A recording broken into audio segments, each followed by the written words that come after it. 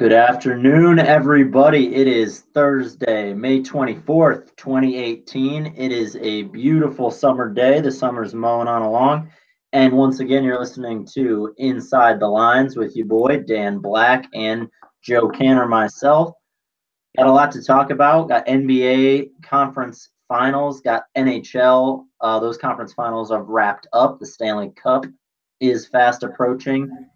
Surprising teams, and the NFL has issued several new rules. So a lot for us to dive into.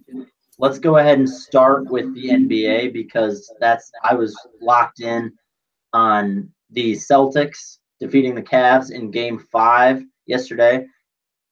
Yeah, last night rather. Now, the last time we talked about the NBA, we kind of thought it was a foregone conclusion, the two teams that would end up meeting in the finals. It doesn't appear to be that way anymore. The Celtics now lead the Cavaliers 3-2 after the Cavs bounced back to win games 3 and 4 in Cleveland behind great performances by LeBron James and increased production from his role players. So, Dan, were we too quick to usher these young Celtics on into the NBA Finals? I think partially, just because once again they still have to go against LeBron James and they still have to go against a veteran group.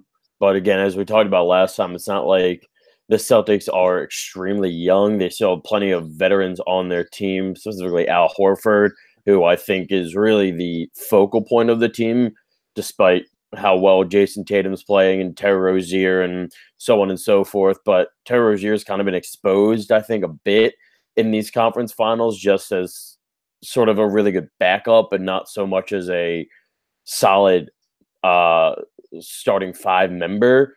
But obviously, due to the circumstances that we've seen throughout the playoffs and late in the regular season, he had to become a starter. But and he's been fine in that role. But still, I still don't believe that he's a starting quality on a playoff team type point guard. But that's neither here nor there. Yeah, I mean, I think it's going to be really important how the first quarter goes in Game 6. However that plays out will really dictate the outcome of the entire game. Because if the Cavs come out hot in quarter 1 of Game 6, then I think it really it could be a toss-up. But if they come out flat and the Celtics are really just manhandling them, I see it being similar to Game 5 of just Boston from start to finish having their way and going to the finals. I'm sorry. But it's a really important game for Cleveland, not just in terms of extending the series, but with, of course, what's going on with LeBron James going into this summer, whether or not he'll stay. Because if they lose Game 6, I think it's a foregone conclusion that he's gone. I think he's gone probably either way. Anything short of them winning a championship this year, which isn't going to happen, he'll be gone. But especially if they get bounced in Game 6, I think that's tomorrow. Tomorrow. It's either tomorrow or Saturday, whenever it is. Whenever Game 6 is, if they get bounced, and especially if it's anything like Game 5 and it's a blowout, then that's definitely a foregone conclusion that'll be gone. But you can't write the Cavs off yet, but they do need a near perfect game. LeBron has to you can't really say anything. LeBron has to do anything different because he's been carrying them for the entire playoffs and has been absolutely absurd. He's been otherworldly for his age at this point in time. But you got to get a 20-some point performance from Kevin Love. You have to get probably high teens from J.R. Smith, and you have to make sure that everybody else is playing their role and doing their thing. And I think you need a big game from Tristan Thompson, rebounding wise, sort of to start the offense and give them that security blanket down low. So if they can do that and limit the 3-point shooting by Boston, then I think they have a chance, and we'll see a good Game 7. Yeah, it's not uncommon to see role players like a J.R. Smith or a Kyle Korver play much better at home, even Tristan Thompson, and that they certainly are playing on another level in Cleveland as opposed to in Boston. Boston, it's an interesting dichotomy between the team they are at home and the team they are on the road. They've started now 10-0 at home in this postseason. I believe there's been like 7 other teams that have done that in the NBA. 5 of them have gone on to win the championship. A perfect 10-0 at home, but they've been abysmal on the road. I think only one road victory, and that was against Philadelphia in the conference semis. What is I realize like a lot of their team is young with Tatum and Brown, but they also have veterans, like you said, that have stepped up for them, that are providing the leadership for this team. Why are they so much better at home and just can't seem to get any of that mojo translating on the road? Because all the games in both conference finals, except for the last game Houston Golden State played, have been blowouts one way or the other. But all 4 teams are getting wins, but almost none of these games are close. Well, I think in Boston, it's just a tough place to play for away teams anyway. It's such a great environment. It's so loud that it just makes it that much easier for a home team. It's one of the great home court advantages in basketball. But I think it's just like any other team, when they're not at home, there's a level of comfortability that they don't feel. They're not in their normal locker room. They don't have that. It's just the normality. Even though they have time off to sort of re-put the pieces together and stuff, and they'll have time to go travel and get comfortable where they are. It still does. I actually had the same discussion with my dad the other day about, he's like, oh, well, they're professionals. They should play, they should be able to be as good on the road as they are at home. Like, well, there's a reason that teams historically are worse on the road, and it's just a level of comfortability. But it is sort of surprising that neither team, and I get Oracle is a tough place to play, but Houston obviously did not let that affect them the other night. But you'd think Boston would be able at this point to be semi-used to playing on the road. They had a long series in the first round. They obviously have been to Philadelphia, which is a tough place to play, and they played at Quicken Loans Arena now a couple times. But I don't really know exactly what to make of why they're so much worse on the road than they are at home, other than just level of comfortability and sort of. I think it's sort of missing Kyrie too. It's because you think they've been really good with the players that they have, but they don't have that one guy who they can just look at for an entire quarter and say, we need to put the team on your back for this quarter on the road, and you got to do your thing. They don't have that right now, I don't think. And that's something that they're really missing, especially in these playoffs. And I think that has a lot to do with their inability to win on the road, is that they don't have a guy when everyone else isn't comfortable, when the home crowd is coming at them and being loud and getting in their heads, that they don't have a guy that's been there before and can just have the entire team ride him for an entire quarter, half, or game if need be on the road. So I think that really is the biggest piece of the entire equation why they've struggled so much on the road in the playoffs. I would agree with that. I definitely think that's where Kyrie, being such a good closer and a guy that's been there before, could really assist them. Because the guy that I see try to step up on the road, at least in this series against Cleveland, has been Terry Rozier. He's not afraid to jack up those shots. But Terry Rozier, a backup point guard in this league for the most part, trying to play hero ball against a LeBron James-led team at home, is not necessarily the formula for beating the Cleveland Cavaliers. And I think that's why they haven't really been able to do so.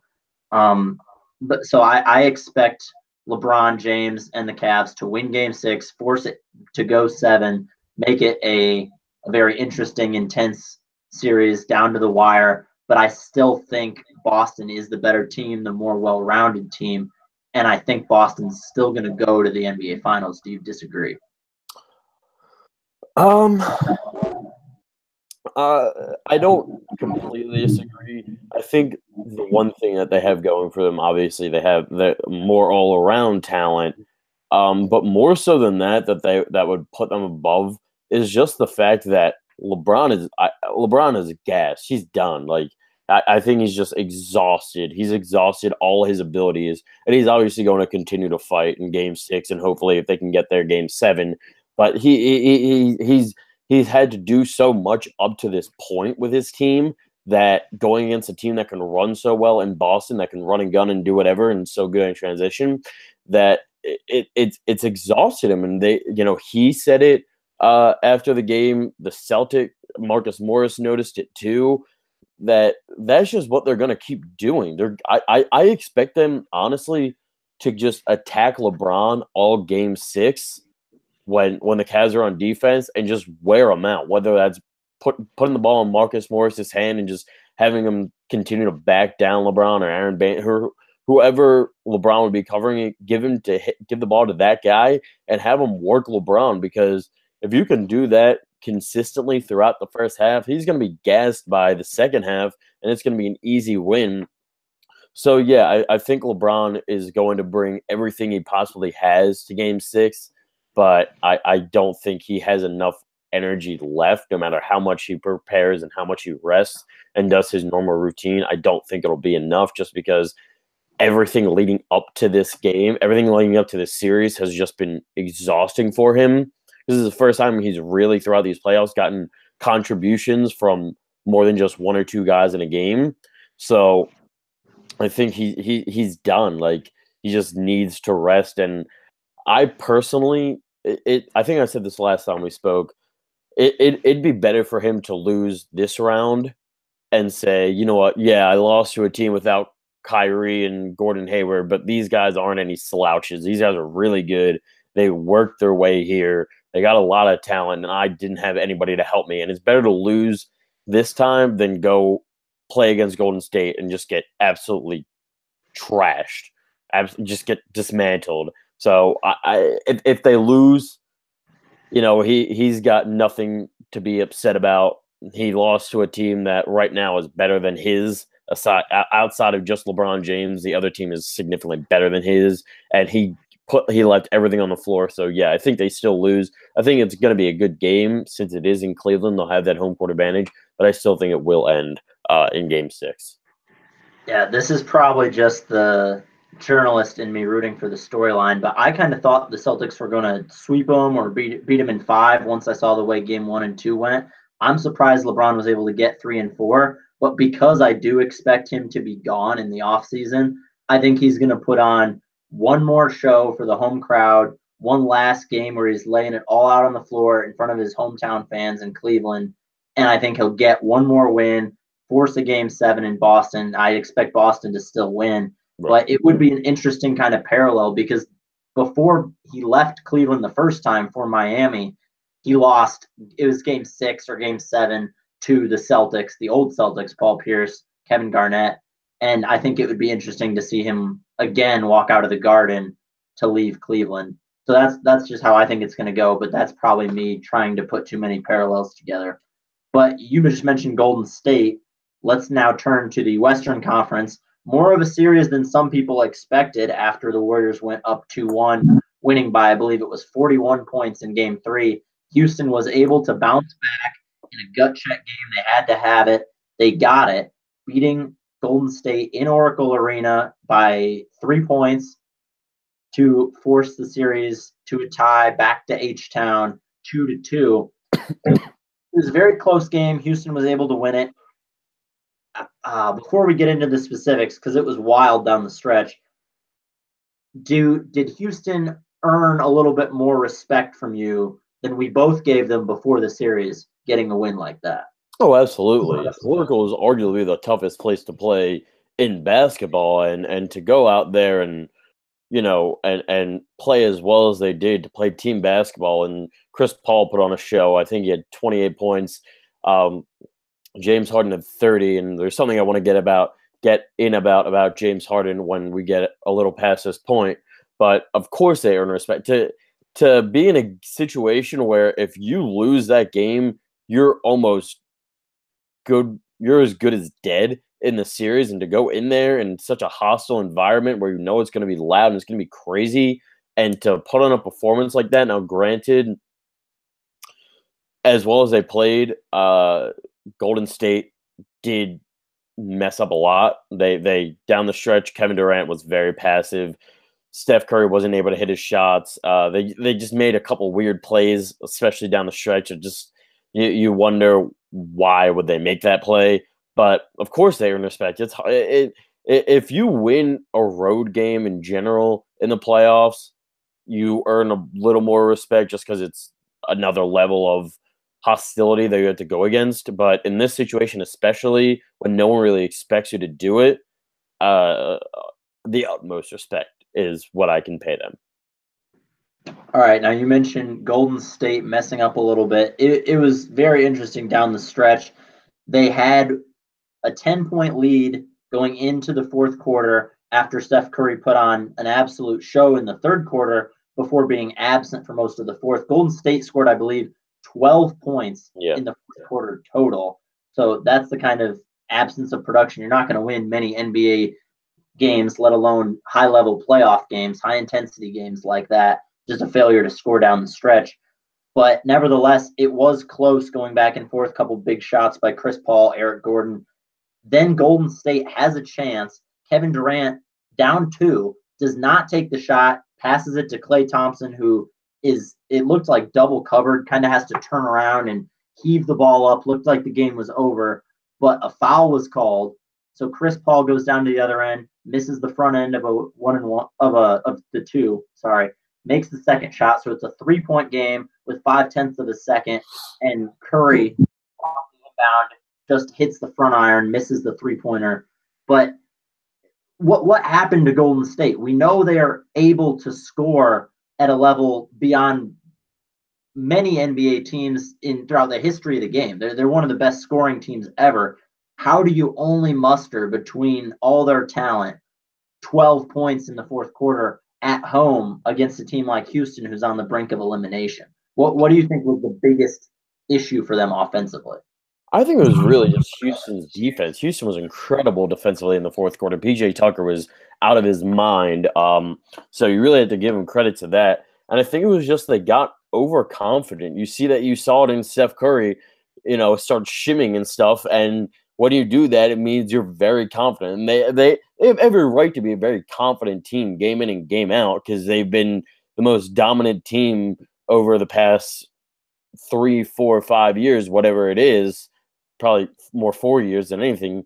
And they know that they can heat up, and it's just a matter of I think the one thing that I think they miss that they don't have is the ability to have a Clint Capella or a legitimate big man presence down low that they can feed the ball down to. He can use his body and either get fouled or get an easy layup or something like that. That's something that they don't really have. I mean, they sort of have it in Draymond, but he's a very small version of that. They obviously have the shooting, but I think they lack real toughness. Outside of Draymond, they don't have a tough guy.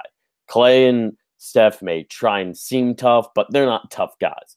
Kevin Durant's the lankiest dude I've ever seen in my life. Like, he's not – the way he wins in a fight is just by putting out his arm and stopping someone's head and, just pushing them away. But he's not a tough guy.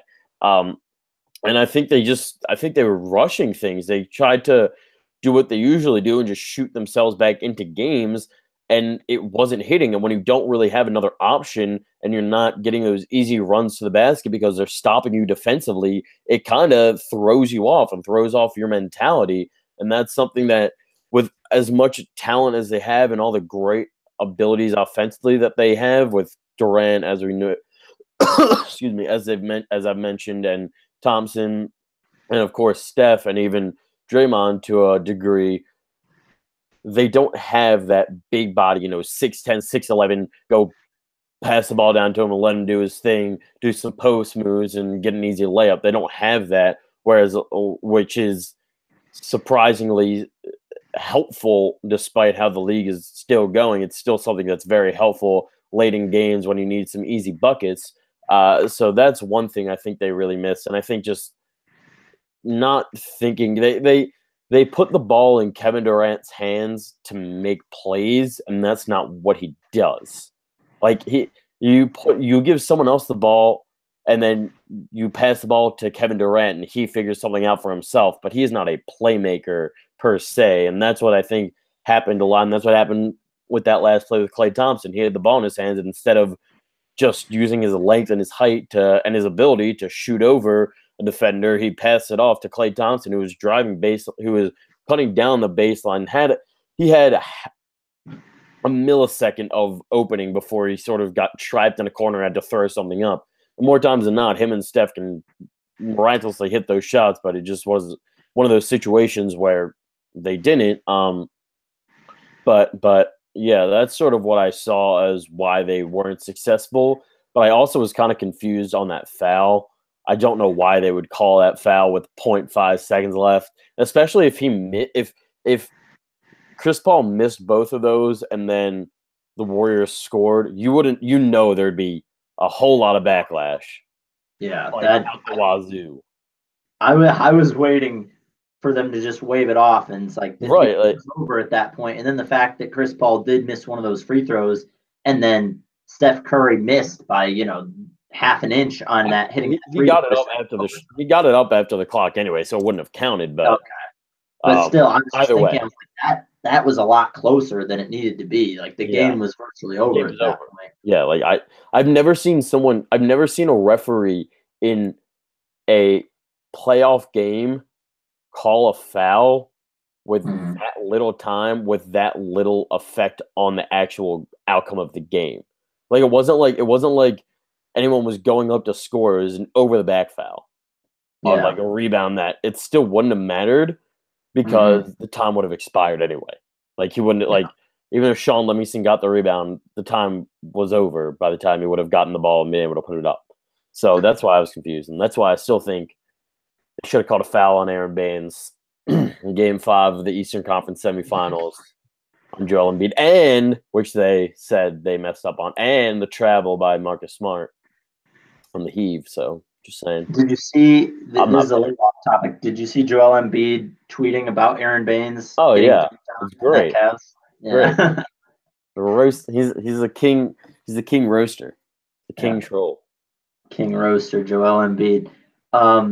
Before we move on, Warriors. We talked a little bit about Kevin Durant's passiveness down the stretch. Because assumably the rest of this series and in the finals theoretically would be close. In a down to the wire situation, what would you like to see the Warriors do to be the most successful? Because I would think you have to. Klay Thompson certainly is at his best when he's a spot up shooter. Him trying to create that last second heave was not what it needs to be. If they need someone that's going to create a play, it has to be Steph Curry or Kevin Durant. And it looked like Kevin Durant, like you said, he's great at creating space for himself, but not necessarily at initiating an offensive sequence for the team. And that's why I was surprised to not see the ball in Curry's hands down the stretch there. So last sequence, last shot, what would the Warriors do to be at their best if they need a bucket down the stretch? I think it depends on how much time they have, where they're getting the ball out from, and all that kind of stuff. Let's say 10 seconds. 10 seconds? Inbounding the ball. From the side or like from the side. So they're on their half of the court, 10 seconds to go. I think what you do is you pass the ball back a little behind half court to Steph and sort of have him run something where guys are, when they're at their best offensively, it's really just guys running in circles. As weird as it sounds, it's really just guys running in circles until the defense gets confused and someone pops open for an open shot. That's really how they work so well. So I think what you do is you give the ball to Steph.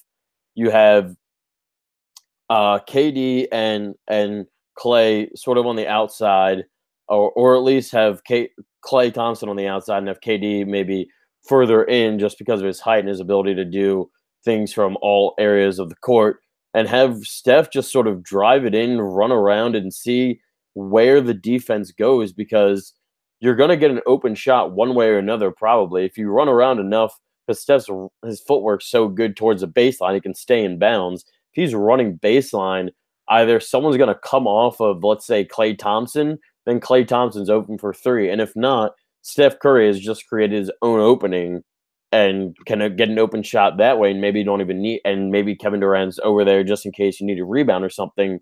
But I think that's what they need to do. Steph's got to have the ball in his hands, and that's on Steve Kerr for not, not having that be the situation, because as good as Kevin Durant is, as we said, he's not LeBron James who can bring the ball up and start an offense. He's got to start with the ball out of his hands and have someone create something for him, and then obviously he can do his thing, but he's got to have someone else give the ball to him before anything happens. So I think if you start with the ball in Steph's hands, which has been successful so many times over the past few years, you probably get a better shot and a better chance of winning that game 4. I'm sorry. Yeah, I would agree. And I think, Klay Thompson is a great shooter. We've seen quarters where he just goes off scoring the ball. But unless he's wide open on a play like that, if he's wide open, he can take the shot. If it's going to be a turnaround, like if Houston's locked in, or any team is locked in defensively, and just the options aren't working and people aren't open, and it has to be a contested shot, it has to be, if I'm Steve Kerr, Steph Curry or Kevin Durant taking it. Durant has the ability to just elevate over people and get an open look, and Steph Curry's just got that crazy kind of sniper range where he can just hit from anywhere, impossible shots, covered or not. Whereas just the Thompson, Klay looked uncomfortable, and you don't want your players. Oh yeah. Well, I think he's also apparently kind of injured. So him and Iguodala. I think Iguodala is doubtful for Game 5, and then Klay Thompson's questionable. So that's a whole nother story that could be in play for Game 5 too. But yeah, I think that's part of why he looked uncomfortable, aside from just the really strong defense by PJ Tucker, was the fact that I don't know if he's 100%, and we don't know if I never know if Steph's truly 100% unless it's the first game of the regular season when he's had months and months off to not just rehab, but just get rest for an extended amount of time. But that there's a lot that can happen in Game 5. But I agree with you. Steph has to have the ball in his hands late when there's under 15 seconds left in the game. You have to have Steph Curry with the ball in his hands, have him set the offense, have him figure out and see what the defense is trying to do, and you have enough talent that he can defer, but you also know that he can do his own thing if need be. Well, that's all the more reason if he is hurt, like on Steve Kerr. Your job as an NBA coach is to make sure your players are in the best chance to succeed, and that's just not where Klay Thompson thrives, even if he's healthy. You brought up an interesting point I forgot to mention about Andre Iguodala. It seems like I oftentimes forget he's such an integral cog on the Warriors, like during the regular season, but his importance always comes up around this time when they're in the conference finals, NBA finals, and he was not able to go in Game 4. And I think there's a lot to be said for that's how the Rockets were able to win. If he's not able to go in Game 5, and this is now a home game in Houston for the Rockets, especially if Klay Thompson's health is in doubt, we're seeing the pendulum swing more and more toward Houston, especially if they're able to carry momentum in from Game 4. So that being said, what do you expect to happen tonight in Game 5? I think Houston wins. They're at home. No Iguodala most likely.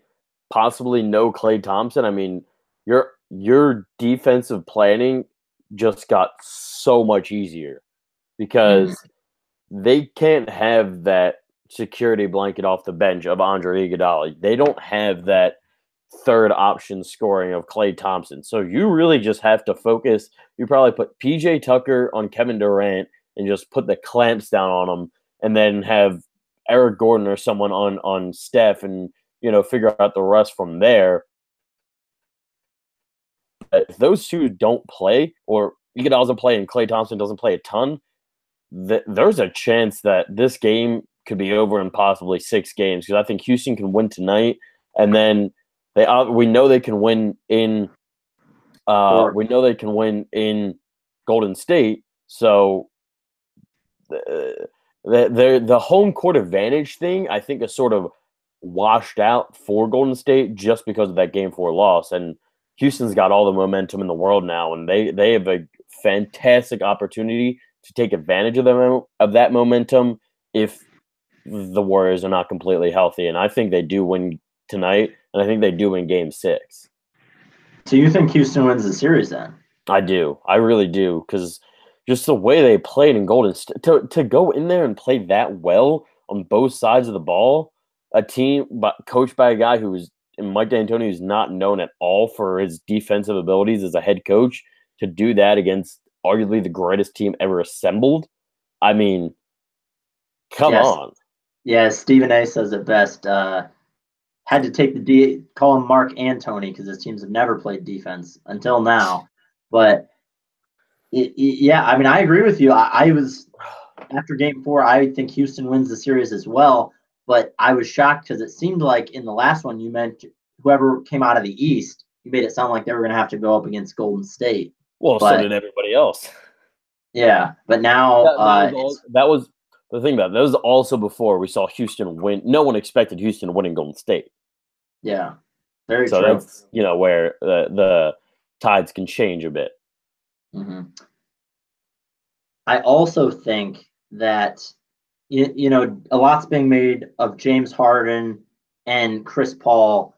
James Harden, we haven't seen. He's been infamous kind of for choking at this point in the postseason. When he was noticeably absent in the one finals that OKC made when they lost to the Heat, and then even in the past, just not showing up last year against the Spurs in the conference semis.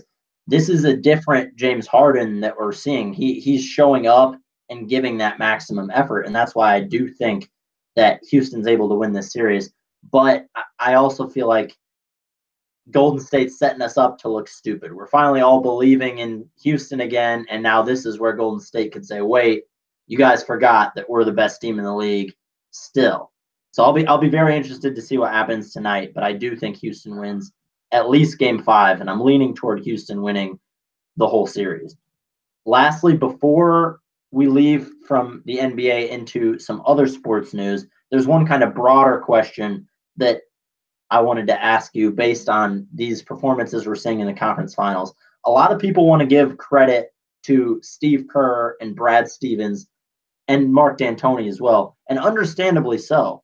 But what level do you think? Because I don't understand it myself. I always get lost in, where to give credit. How much does coaching really matter at this level of basketball in the NBA in general? Because everybody loves Brad Stevens, but other than that, it's not really a coach-oriented game so much. I mean, we know Greg Popovich, Steve Kerr, those guys at the top of their profession. Whoa. But Brad Stevens, Boston's still not able to win on the road in the playoffs. It seems like that's a big hurdle. People don't really talk about that. And I love Brad Stevens, but I just don't know at this level, when these guys are professionals, the best in the world, how much does coaching really play a factor in your opinion? I think it depends on who you have as a team, who your players are. For the Celtics, or in earlier rounds for, say, Quinn Snyder and the Utah Jazz, they don't have the same level of talent as these other coaches have. So coaching matters a lot more. And for the fact that they have younger, inexperienced teams, coaching matters a whole lot more in those situations. In the case of Houston, coaching matters in the fact that Mike D'Antoni has figured out better defensive schemes. Obviously, I don't think they need help offensively because they have Chris Paul, who's a future Hall of Famer and a great point guard, probably top 5 point guard of our time. They have James Harden, who's an MVP caliber player. They have Clint Capella, who's becoming more and more of a high-end-ish big man in the league. And they have so many other role players, like Eric Gordon, for example, who can come in and do his thing. And then you look at Cleveland, their coach is already on the floor wearing number 23, so it doesn't really matter. And then you get into the Steve Kerr thing, which, personally speaking, I don't know how great of a coach he is. It's kind of hard to be a bad coach when you have 4 All-Stars and 2 MVPs and are possibly 2 to 4 future Hall of Famers in your starting lineups in the prime of their career. So in that case, I don't think it's not so much in those guys' situations in terms of Tyronn Lue and, for example, Steve Kerr. It's not so maybe more Tyronn Lue, but for example, Steve Kerr, it's not so much drawing up plays and stuff, but more of keeping the guys centered and keeping them focused, because he doesn't need to draw plays for them. He's got veterans, veteran all-star, MVP, all NBA type caliber guys on in his starting lineup. They can figure things out for themselves. They don't need someone to tell them a new play every time. They can make their own plays and do their own thing. It's just a matter of keeping them together when things aren't going the right way, or keeping them grounded when things are. So coaching in those situations, I don't think are as important in terms of X's and O's, but a more of person to person interactions. Whereas a situation like Boston, Brad Stevens is more working on his X's and O's with his young players, and while also having to deal with the personalities and making sure they're calm and collected and all that, because of how young they are and their lack of inexperience compared to the other teams who, whether it's Cleveland or both teams in the Western Conference, who have been to the playoffs nonstop and have been some of the top players in the league consistently for the past 5, 6, or in LeBron's case, 15 years. Yeah. All right. You make some good points. Interesting. So we've got Dan thinks both series will end in 6. I've got both series ending in 7, but we're both leaning towards Celtics Rockets now in the finals, which is a little bit different than what we were thinking just a couple days ago when we did our last episode. But we'll leave it there for now for the NBA and turn to hockey. For the first time in a while, we'll be discussing hockey on this podcast, and it's been a great postseason for the NHL. The Stanley Cup that nobody was expecting. We've got the Washington Capitals have erased several of their postseason woes, and we've got the Las Vegas Golden Knights, an expansion team in the first year of their franchise's history. So nobody expected this, but we're going to try to make sense of this Stanley Cup final. I'll just start with this. Who do you think wins? And then we can get into why. I feel like Vegas, just because I think they're the more talented team, and historically, the Capitals have not been able to get past Marc-Andre Fleury, who obviously is the starting goalie for the Golden Knights, former longtime Penguin goalie, and the Penguins and the Capitals faced off against each other countless times throughout the playoffs, throughout Ovechkin and Crosby's careers, and they've struggled against him. So for that reason, and they've just got this momentum to them, this flair about them that's tough to get past, because they've been winning so handedly throughout these playoffs, that I think it'll be a good series. There's a lot of people thinking it'll only go 5. I think it'll go a little bit longer, just because of the Capitals have come so close, and now over the past few years, and now they're finally there. And of course, Ovechkin's come so close, and that mini rivalry within the whole thing of between him and Crosby. Crosby has all these championships already, all these titles, and he's still fighting for his first. And now he finally gets the opportunity after struggling to get just to the conference finals for so many years. So I think Vegas wins in 6. And I think that just based off of talent, and specifically the fact that they have Marc-Andre Fleury, who's been one of the most consistent goaltenders over the past decade or so in the NHL. So for that reason, I like them. But the one I don't know your take on it, but there's one thing I want to touch on after you take your take. All right. Well, here's my take on it, and you had a good point that I wanted to go off. The interesting point you make, for those that don't know, is that you said Vegas. You think Vegas is the more talented team.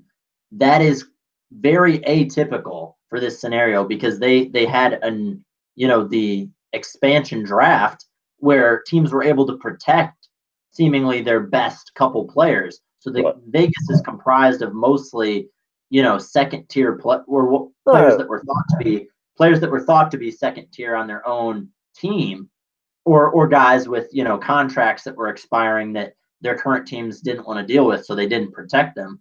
But the fact that Vegas comes in as the favorite is just even more astonishing. My take, though, I'm going to go with Washington, and I'm going to go with Washington in 6 as well, just because, you talk about talent.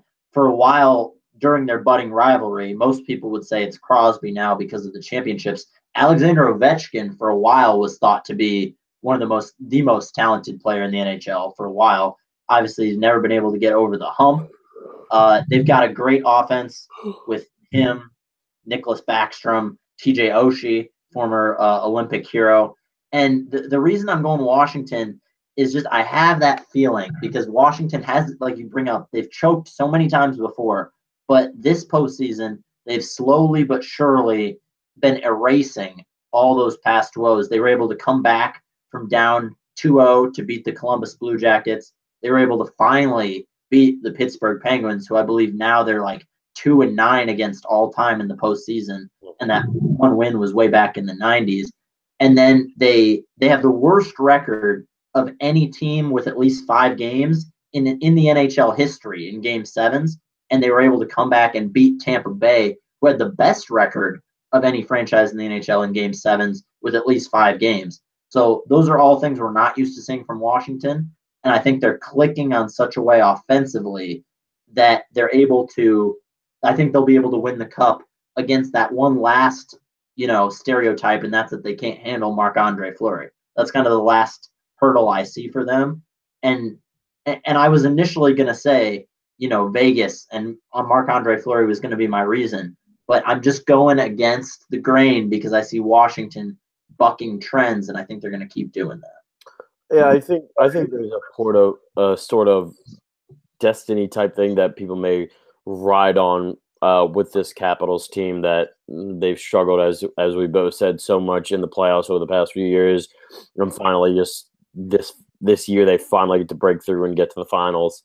And of course they had to play against arguably the best team in hockey in Vegas. But the one thing that I think also we've overlooked is the fact that Vegas's fan base has really caught on and jumped on you can't really say a bandwagon because there was nothing else there before. So jumped onto this team, and they have a really good home ice advantage. I mean, that place gets a lot. I don't even remember what the place is called, but they're really into it there.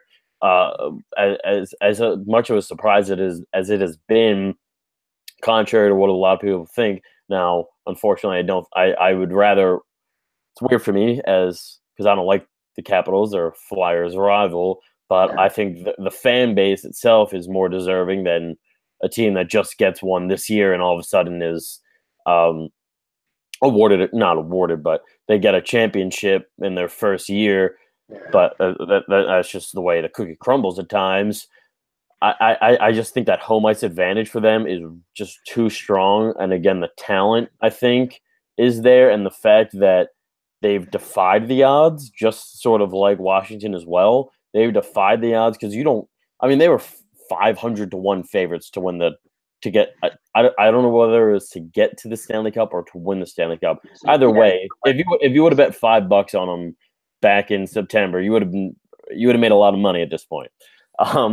So I think just that underdog of no one really thinking they'd be able to do much this year, with them being an expansion team, with them having guys from all over different teams and having to sort of coalesce into one group in a matter of months.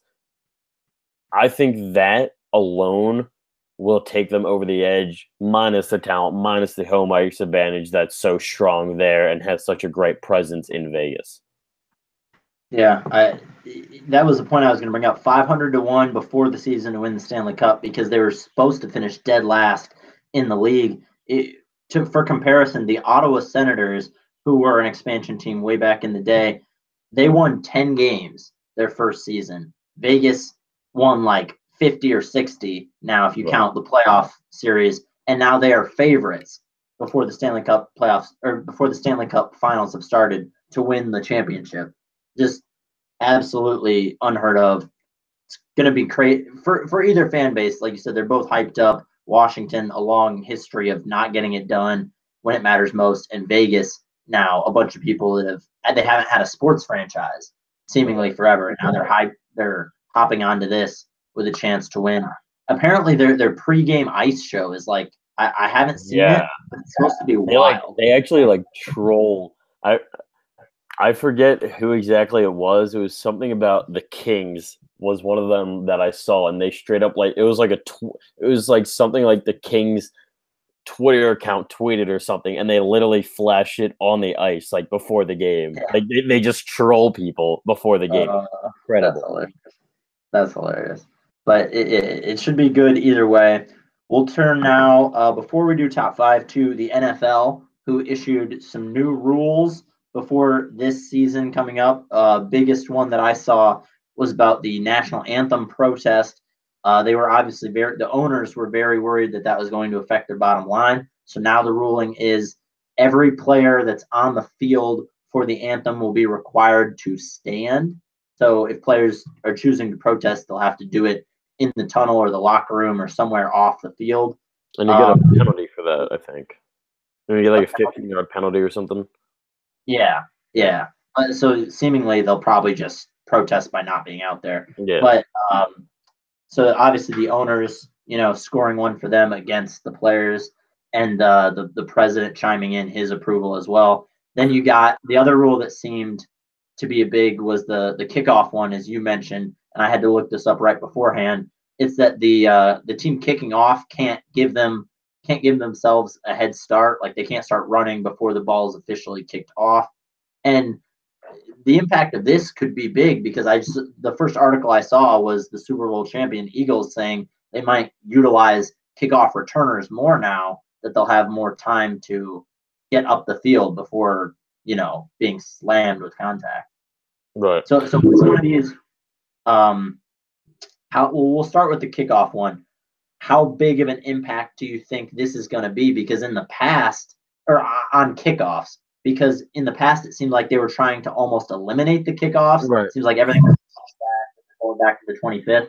And my guy, Devin Hester, arguably one of the best kickoff returners in the history of the game, if not the best, and punt return, just returns in general, said that he doesn't want to see this go away. It's a very exciting part of the game. And now it seems like we might see more kickoff returns than we have in the past couple of years. Yeah, I think either way, the only difference it'll make is it'll lessen the amount of blows players will take. I think, as we saw last year, there weren't that many kickoffs that were returned out of the end zone anyway. A lot of them were going into the end zone. There were a lot of touchbacks. So it's just even lessening the amount of contact that players will make on the way down, because guys were still running full speed and blocking each other just in case of a return. But more times than not, there wasn't even anything to return. Whereas in this case, I think the outcome in the end will still be the same of not many returns, but it'll just lessen the amount of contact and then lessen the amount of head injuries that we could see. Because I think I saw something yesterday. I think it was like kickoffs. It was 8 times as likely to find a concussion on a kickoff than on any other play, which is like absurd. I mean, it makes sense because they're running at full speed and have so much more momentum when they bump into each other. So I think it'll just, in that case, it will make a difference. But the ball is like, the kickers are still going to, it's not like the kickers aren't going to have a head start all of a sudden. They're not just going to start booting it off the tee, just standing still. So I still think that there's not going to be many returns. And if there are, guys are going to get a good chunk of yards too. So hopefully you got a quick guy back there and he can pick up a bunch of yards for you and start your offense in a pretty good position. Yeah, absolutely. I know as a Bears fan how big an impact one guy can have if they're like a return specialist. Devin Hester put so many points on the board that otherwise our abysmal offense was not going to get us. That can make a big impact on games after a while. But the other one that is obviously the anthem protest, which personally, hopefully the coverage cools down. I will be glad just to not hear so much about it because it seemed like it dominated so many of the headlines this past season. And after a while, it just got repetitive, and I'd rather hear more about the X's and O's or what's actually going to make a difference on the field. But I guess what's your reaction to this rule change where we were not going to see the whole standing versus kneeling anymore? It doesn't really change.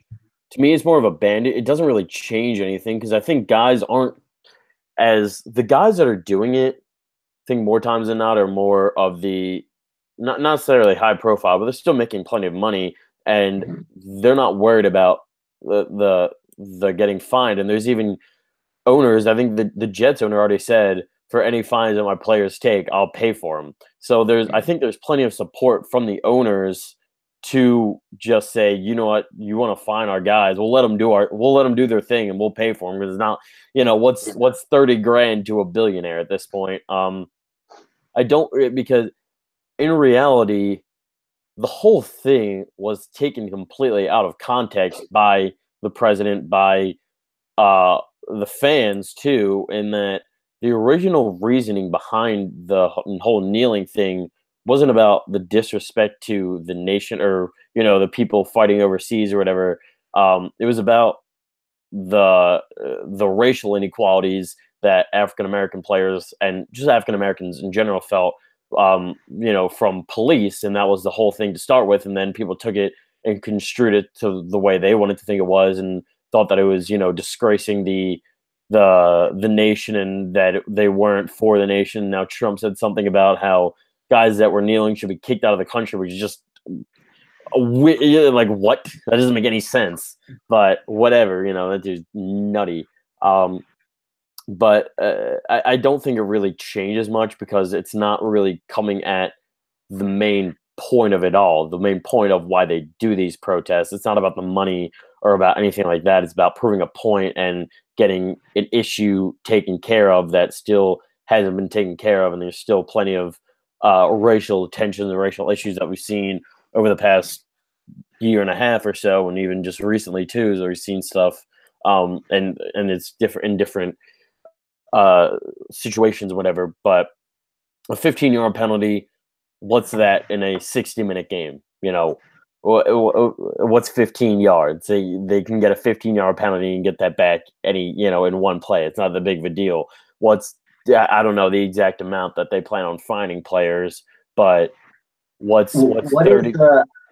I guess I didn't see this part of the rule. What if a team has multiple players kneeling? Like if two players on a team kneel, is that a 30-yard penalty or is that still just 15 yards?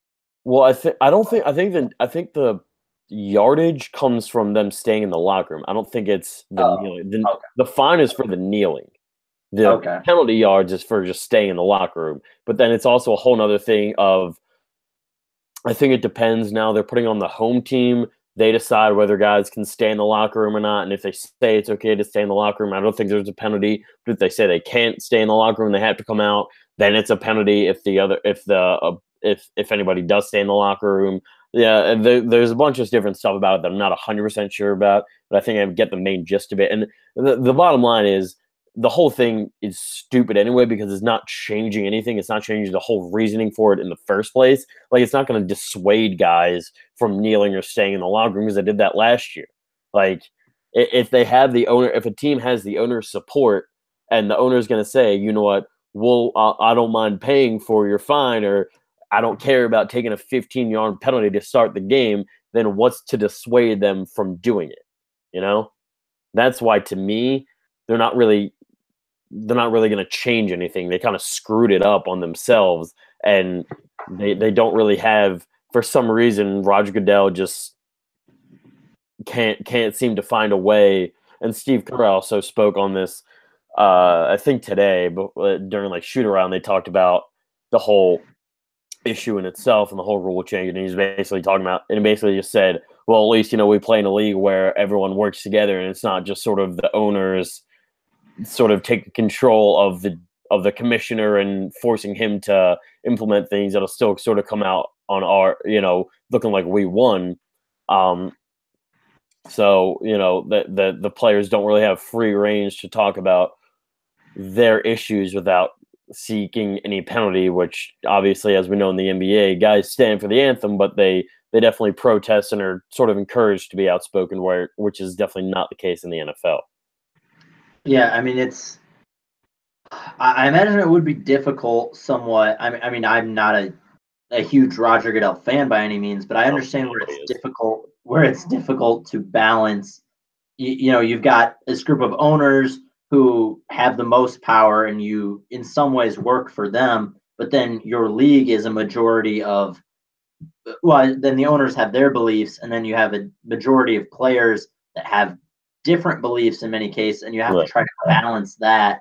It's kind of a microcosm. The fans. I mean, there's been a lot of fans that I remember. I follow Brandon Graham, who plays for the Eagles. I follow him on Instagram, and he posted something on his Instagram story about how a guy sent him a letter about how he's no longer going to be a fan of his or the Eagles or any of his teammates or anything because they're not going to the White House and because of how they've protested the stuff. And, the fact that we live in 2018 and you can't just let guys use their Second Amendment rights and still be a fan of them or still be a fan of their team, and you're letting your political issues or political viewpoints get in the way of your fandom that's their own issue. But it's definitely a league where, and this is why the NBA has become so popular, is because it is more liberal, it is more accepting of everybody, and it is very sort of easygoing compared to a lot of other leagues, which are, as the NFL tries to make some changes, they're still very stuck in a tough situation where even if they want to make changes, they sort of can't because it's so large and the fan base can be so heavy with, one side of thinking and not sort of thinking as a broad spectrum of stuff. So Roger Goodell really is in a tough situation. I think he tried to find the best sort of outcome or best idea to fix this, but there's no way to actually fix it. Yeah, I mean, it's like the football field is a microcosm for our country as a whole. You got people that believe one thing, people that believe another, and you got to try to mesh it together. But oftentimes when they disagree so strongly, you're going to have, people feeling upset on one side or the other. The NBA is interesting because they're trying to appeal to a more racially diverse, younger demographic, and that's why they've been able to grow. The NFL, a lot of the case, their fandom is older and less diverse, shall we say. In a league which is primarily black still, Yeah, which causes other issues. But yeah, this is, you're going to have people that believe one. There's also athletes on the other side. Like it's a primarily black league. I remember Jay Cutler, again, this is just coming from Chicago. He spoke out saying what a big fan of Trump he is. And it's like, obviously in a city like Chicago, that might not be the most popular, but at the end of the day, he's still entitled to his beliefs. It just makes things muddier because there's always going to be disagreements with people about politics, but the rules are now what they are. We'll see how it affects player protests and players versus owners' rights going forward in the NFL. But before we wrap up today's episode, we've got another edition of Top 5. It's going to be a good one, I think, in light of both the Washington Capitals and Las Vegas Golden Knights' surprising runs through the postseason. We're going to do our top 5 of surprising playoff runs by teams throughout history. So I'm going to go ahead, kick things off. My number 1. I'm going because this is one that I saw coming. The last couple of games of the regular season, my dad thought I was crazy. But the 2007 New York Giants, they snuck into the playoffs as a wild card team. Eli Manning, this was the first, and they ended up going up against the 17-0 or 16-0. I don't remember which one it was.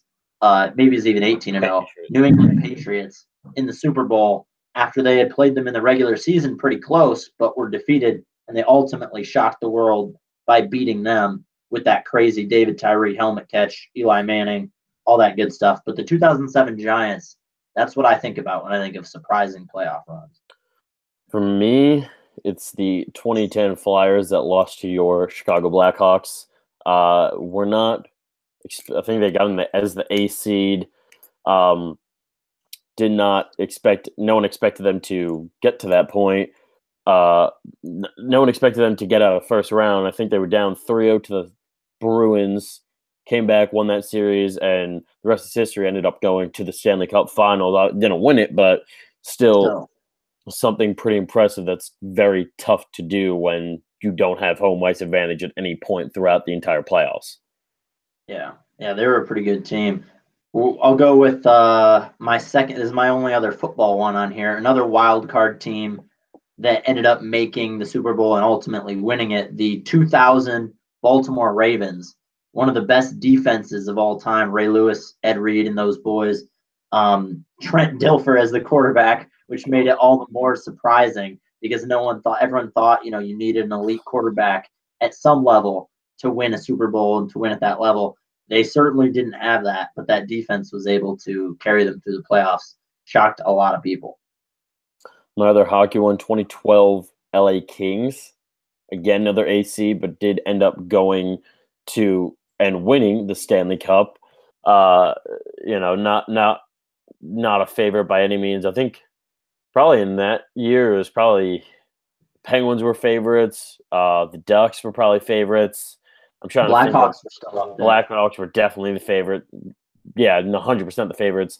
And ended up going all the way and winning and sort of cemented themselves for the next few years of how good they'd be. And they made another run. They made it to the. Didn't they win another one 2 years later?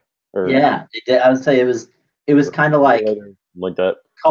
There were a couple different like dynasties kind of going on because Chicago won like 3 in 6 years, LA won 2 in 3 or 4 years, and then Pittsburgh obviously has won a couple. So the NHL, once you have it, a lot of times it's easier than most sports, I think, at least to repeat because it seems like that cohesion is still there. But yeah, that was surprising at the time.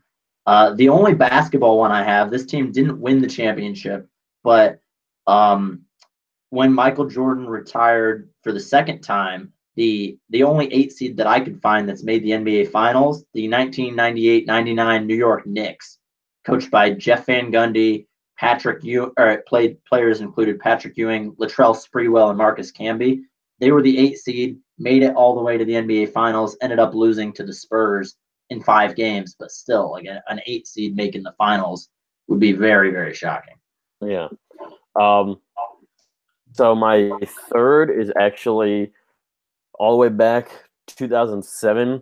The Colorado Rockies won 14 of their last 15 and then 7 straight to get to the World Series. So won their last 21 of 22 to get to the World Series. Lost to the Red Sox, but still no one really expected them. It was it's one of those things in baseball, you get hot towards the end, you can go from third to first, and all of a sudden you're right there to have a chance to go all the way and play in October, and that's exactly what they did. Lost to a really good Red Sox team, but still a really, really fun team to watch. Beat the Phillies in the divisional round, but that was just the beginning to a very good dynasty. Yeah, absolutely. Going to baseball, I have the 2014 San Francisco Giants. Second Giants showing up on my sheet here. They were this was their second championship, I believe, of 3 that they would win in the even years there. Or maybe this was the third one, actually. I think it was the third one. But they were a wild card team, and then they just rode their incredible pitching staff, headlined by Madison Bumgarner, who's just lights out in October. And if you got good pitching down the stretch, they were able to find enough offense to go all the way from the wild card to win the World Series. Yeah, that's a good one. So my other is the 2011 Cardinals. They took out the Phillies, 102-win Phillies, best team in baseball at the time, or that season. They were the best team in baseball. Took them out in the first round, went on to beat the Rangers. Shockingly enough, the Rangers were very good at that time. And won the World Series. Hadn't won one since 2006. So that was a big one just because of that sort of also brought down what was a great dynasty in the Phillies and brought the Cardinals another World Series. Yeah. All right, sticking with baseball, my last one, my birth year actually. I've got the 1997 Florida Marlins. The Marlins had only been this is kind of going off the Vegas thing, but it took them a little bit at least to get established. Their franchise began in 1993. So this is their fourth year of activity. They were able to get second in the division. Again, wild card team that made a run. They ended up winning the World Series. Still, I looked at the roster, not as much talent as they ended up having in 2003. Not a lot of notable names, but the clutch hit by Edgar Renteria ended up securing them the World Series. And that for the fourth year of their franchise, that's not bad for an expansion team. So my last one, last one. Not professional, but I'll go to this year, March Madness, UMBC. Cinderella story obviously did not go as far as most people most people had wanted the story to go. I mean, you could also even throw in Loyola Chicago in that what's that term? Yeah. I don't know what the word is. Category, class. Yeah, you could put that in you could have them. I'll have them tied for fifth, but both Cinderella story. Obviously, UMBC the biggest one at the start of it, just because they knocked down number one seed. But Loyola making it all the way, making it as far as they did. So two, great stories tied there for fifth, and of unexpected, two of the most unexpected outcomes in arguably American sports history, whether it's college or professional. Yeah, March Madness always good for a couple stories like that, but especially this year is just crazy tournament. All right, so it does it for this edition of Top 5, and that does it for this edition of Inside the Lines. We will, I'm sure, do another pod soon once the conference finals have concluded and once the Stanley Cup finals are in full swing. But for that guy over in Philadelphia, PA, Dan Black, I am Joe Canner. The last word. Have a wonderful day, Joseph. All right, see you. See ya.